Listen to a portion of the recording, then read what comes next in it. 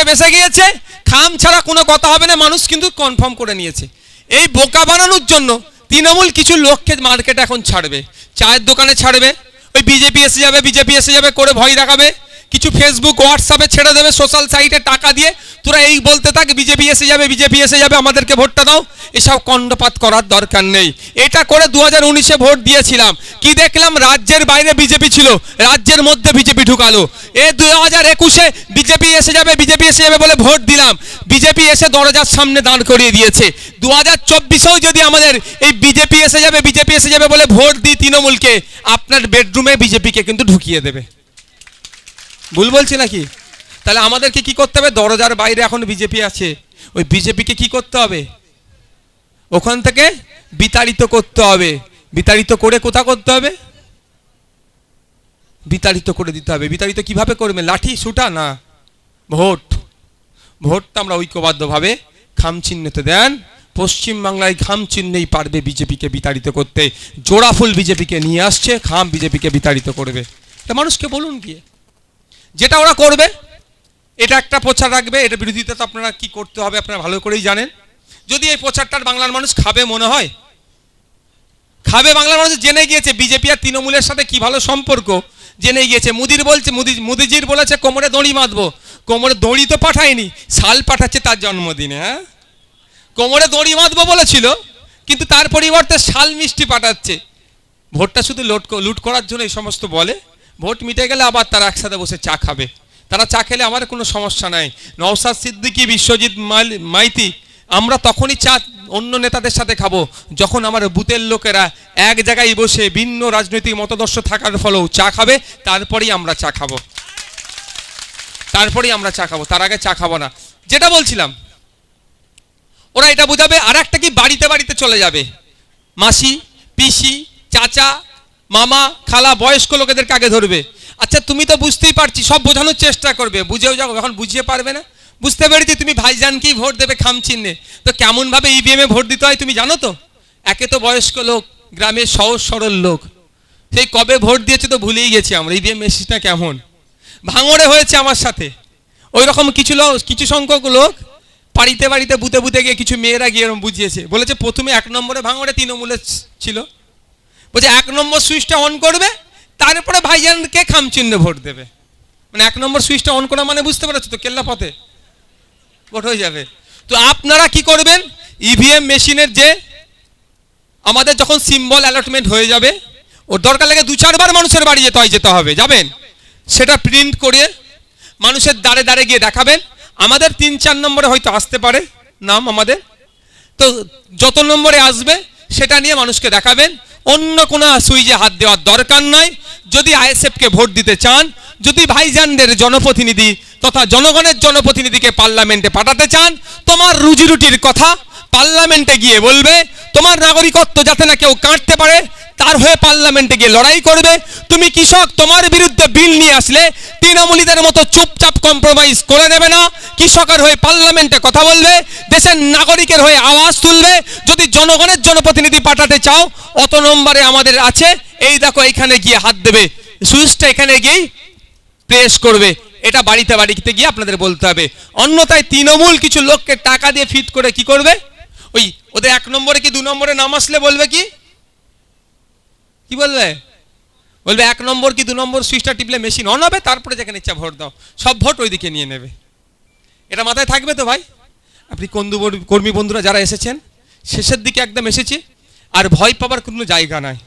তো আপনাদের বলে রাখছি, অনেকে বলতে পারে 2021-এর পরে যেটা হয়েছে 2024-এর পরে করব, তাদের বলে দেবেন নওশাদ সিদ্দিকীর কথা না, আমার নাম নিয়ে বলবেন। নওশাদ সিদ্দিকী বাস্তব 2021-এর আগে রাজনীতির বুঝতাম না, শুধু রাজনীতি থেকে অনেকটাই দূরে ছিলাম। 2021-এ কিন্তু বিধানসভার মধ্যে আছে, আর 2024-এ রাজনীতির কিছুটা হলো জ্ঞান অর্জন করতে পেরেছে। কিভাবে জবাব কোন জায়গায় দিতে হবে, সাহস থাকলে আমার কর্মীদের সাথে একবার লাগো, বুঝিয়ে দেবো মজা। আপনারা দেখেছেন তো, বাঘ বলে ক্যানিং পূর্বের বাঘ বলে, জীবনে তিনি বলছেন কোর্টে ওঠেনি। নওশাদ সিদ্দিকীর সাথে লেগেছিল, নওশাদ সিদ্দিকীর কর্মীদের সাথে লেগেছিল, তাকে নটোরিয়াস ক্রিমিনাল করে রেখে সেখান থেকে এখনো বার হতে পারেনি। বুঝতে পেরেছেন? তার নামে মানহানি মামলা দিয়েছি, কোর্টে গিয়ে তাকে জামিন নিতে হয়েছে। তা আগামী দিনে আমার কর্মীদের দিকে ওই রকম কেউ অন্যায় করলে, যে বেটাই হোক না কেন, শাহজাহানের মতো বড় বড় বেটাকে এখন জেলের ভাত খেতে হচ্ছে, ইডির ভাত খাবে। আর এখানে চুনোপুটি আপনার এলাকার যেগুলো আছে তাদের প্রস্তুত থাকতে বলুন।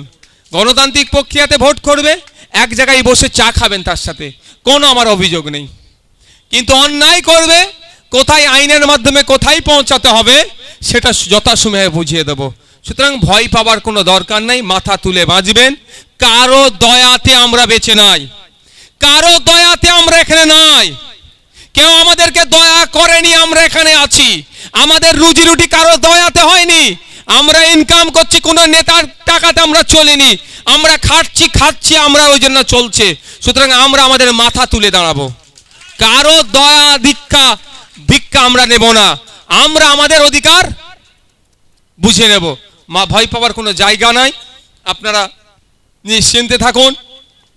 শেষে বলবো, একদম কর্মী সম্মেলন এসছেন, বিভিন্ন স্তরের কর্মীরা এসেছেন। ভাই, আমাদের দল কর্পোরেটদের কাছ থেকে ইলেকট্রাল বন্ড নিয়েও চলে না, বা আমাদের অত টাকা নাই আমাদের দলকে চালাবার।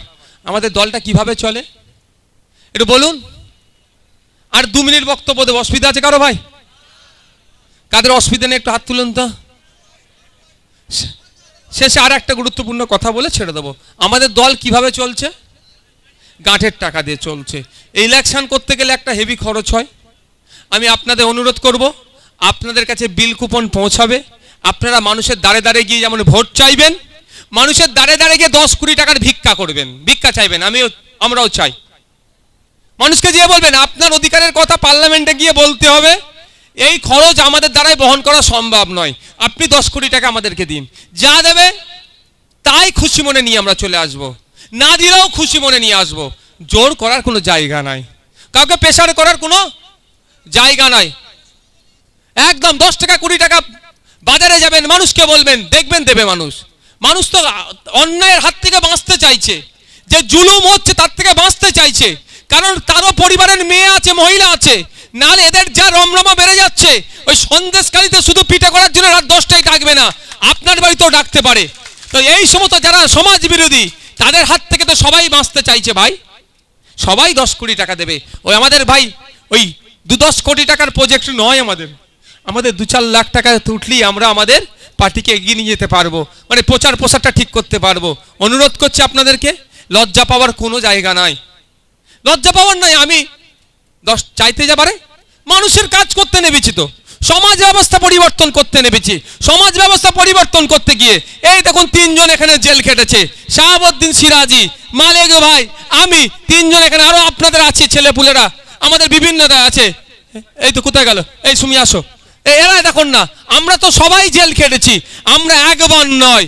এই সমাজ পরিবর্তন করতে গিয়ে আমাদের মেঘনাদ বাবু, আপনাদের এখান থেকে যিনি প্রার্থী হয়েছেন এই পঞ্চায়েত নির্বাচনে, ইনাকে তো ভেবেছিল মরে গেছে, ছেড়ে চলে গেছে, নাহলে হয়তো মেরে দিত। কেন তারা এত মার খাচ্ছেন? ইনার পেনশনের যা টাকা আছে, ঘরে পরিবার, ছোট্ট পরিবার পরিজনকে নিয়ে সুখে শান্তিতে থেকে খেতে তারা দিন গুজরান করতে পারতো, কিন্তু তিনি বসে থাকেননি। তিনি দেখেছেন যে সমাজ ব্যবস্থাকে যারা কুলসিত করার চেষ্টা করছে, তাদের হাত থেকে সমাজকে মুক্তি দিতে হবে।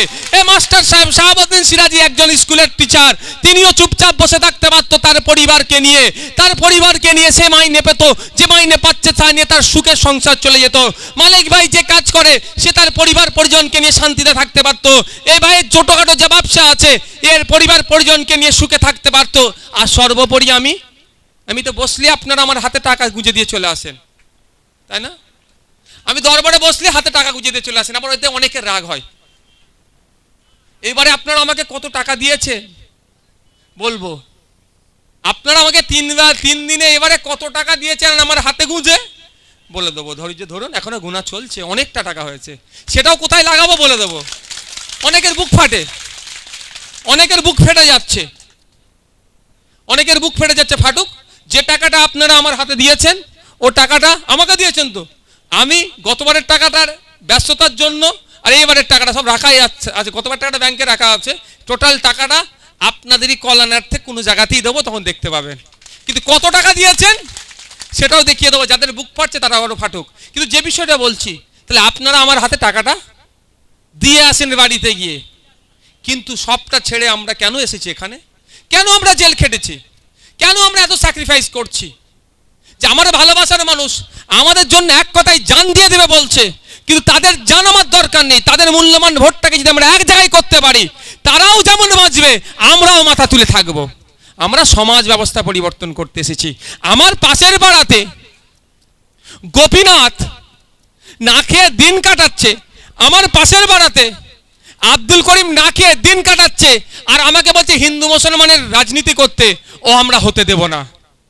আমার পাশের পাড়াতে সীমান্ত তার বাচ্চাটাকে স্কুলে গিয়ে পড়ালে টিচার পাচ্ছে না। আমার ওই পাড়াতে আব্দুল জব্বার গিয়ে তার বাচ্চার জন্য শিক্ষক পাচ্ছে না, আর আমি চুপ করে বসে থাকবো, এ হতে পারে না। আমার লড়াই হচ্ছে, আমাদের লড়াই হচ্ছে সমাজ ব্যবস্থা পরিবর্তনের লড়াই। এই সমাজ ব্যবস্থা পরিবর্তন করতে গেলে একবার কেন, আমরা 100 বার জেল খাটতে প্রস্তুত আছি।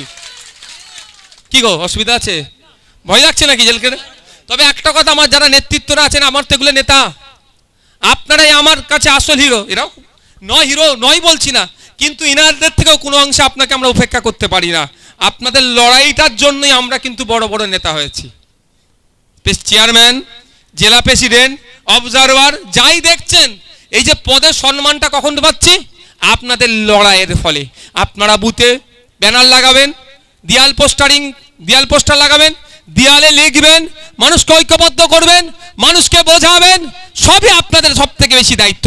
তাই আপনাদের বলবো, ঠিক যেভাবে বিধানসভা পঞ্চায়েত নির্বাচনে করেছিলেন, হিংসাকে উপেক্ষা করে যতটা করতে পেরেছেন, ঠিক আগামী দিনেও আপনাদের লোকসভাতে করবেন। যে বুথগুলোতে সর্বপ্রথম তৃণমূল বিজেপিকে, ওই বুথেই আমরা হারাবো। যে বুথটাতে পঞ্চায়েত নির্বাচনে তৃণমূল ভোট করতে দেয়নি, আনকন্টেস্টে জিতেছে, সেই জায়গায় হারিয়ে ওদের বার্তা দেব, তোমাদের পাশে মানুষ নাই। হবে তো নাকি? যেই বুথগুলোতে ভোট করতে দেয়নি, সেই বুথে সর্বপ্রথম মাথা হারাবো আমরা। তারপরে তো যে বুথে ভোট হয়েছে আমরাই তো জিতেছি, বিরোধীরাই জিতেছে। তাই আপনাদের বলবো, এই সমাজ ব্যবস্থা পরিবর্তন করতে গেলে ভাই, প্রয়োজনে পিঠ পেতে দিতে হবে, জেল খাটতে হবে, মার খেতে হবে, লোকের কাছে গিয়ে হাত পাততে হবে। এই সমাজ ব্যবস্থা পরিবর্তন করতে গেলে যে মাধ্যমটা রাজনৈতিক দলটাকে এগিয়ে নিয়ে যাওয়ার জন্য। সবাই প্রস্তুত আছেন তো ভাই? যে আমরা কুপন বিল দিচ্ছি, আপনারা তুলবেন তো না? প্রেস্টিজে লাগবে ভাই, অসুবিধা হবে না তো? আমরাও তুলছি ভাই, আমরাও তুলছি। থোড়া থোড়া মিলকে বহুত হতা হ্যায়। এই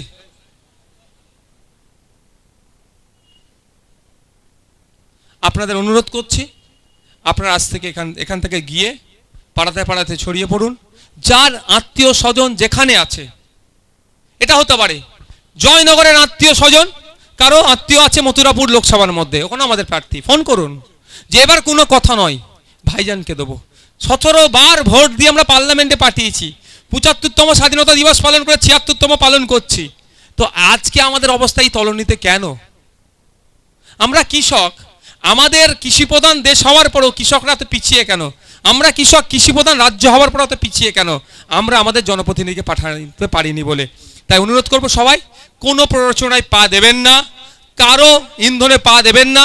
গণতান্ত্রিক প্রক্রিয়ায় রাজনীতি করব, সুযোগ মানুষ দিলে কাজে লাগাবো, অন্যথায় যাদের সুযোগ দিবে তাদের কাজের ভুল হলে বলে দেবো। ভাই শেষ কথা, একটা শেষ কথা বলবো আপনাদের, আমরা জোটের স্বার্থে সর্বোচ্চ চেষ্টা করে যাচ্ছি, এখনো পর্যন্ত করছি, আজকে রাত পর্যন্ত করব। হয়তো আগামীকাল আমাদের বাকি সিটগুলো আমরা যেখানে যেখানে দেব আমরা ঘোষণা করতে পারি। তবে একটা অনুরোধ, এখন থেকে দেখছি সত্যি খুব কষ্ট লাগছে, আমাকে খারাপ লাগছে যে কোনো মন্তব্য যদি আমাদের বিরুদ্ধে কেউ করে, খারাপ ভাষায় মন্তব্য করছে, আপনারা সেই মন্তব্য করবেন না প্রতি উত্তরের জন্য। আপনারা যুক্তি তর্ক দিয়ে যদি তাদেরকে বোঝাতে পারেন বোঝাবেন, অন্যথায় ওই টাইম নষ্ট না করে আপনাদের মূল্যবান সময় কোথায় দেবেন? দুটো মানুষকে বোঝাবার জন্য।